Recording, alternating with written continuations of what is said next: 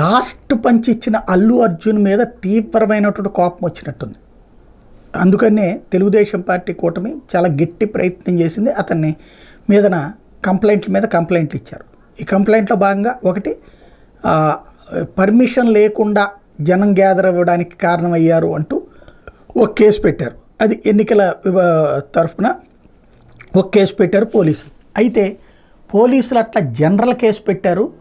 ఇది చాలా criminal case పెట్టాలి, అతని మీదన నాన్ బెయిలబుల్ వారెంట్ రావాలంటూ మళ్ళీ ఆ పోలీస్ అధికారులు ఎవరైతే కేసు నార్మల్గా పెట్టారో, ఇట్లాగా అనుమతి లేకుండా జనం వచ్చారు, అక్కడేం అతను సభలు జరపలా, సమావేశాలు నిర్వహించలేదు, జస్ట్ అభ్యర్థి ఇంటికి వచ్చాడు, ఆ సందర్భంగా జరిగినట్టు అధికారులు సరైన కేసు పెట్టలేదంటూ పోలీసుల మీదన ఎన్నికల సంఘానికి కంప్లైంట్ ఇచ్చారు. ఇప్పుడు ఎన్నికల సంఘం ఆ పోలీస్ అధికారుల మీదన కేసు నమోదు చేయమని ఆదేశించింది.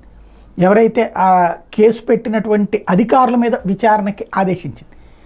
తద్వారా అంటే ఏ కేసు పెట్టాలి, ఏం పెట్టాలి అన్నటువంటి సరిగ్గానే పెట్టారా లేదా, వీళ్ళు ఇచ్చినటువంటి కంప్లైంట్ వాళ్ళు ఏదో నార్మల్ కేసు పెట్టారంటున్నారు, ఏమేదో సెక్షన్స్ చెప్తున్నారు, ఆ సెక్షన్స్ ప్రకారం కేసు పెట్టాలా, లేకపోతే కనుక వీళ్ళు పెట్టిన కేసు కరెక్టా కాదో తేల్చి దర్యాప్తు చేసి నివేదిక ఇవ్వండి.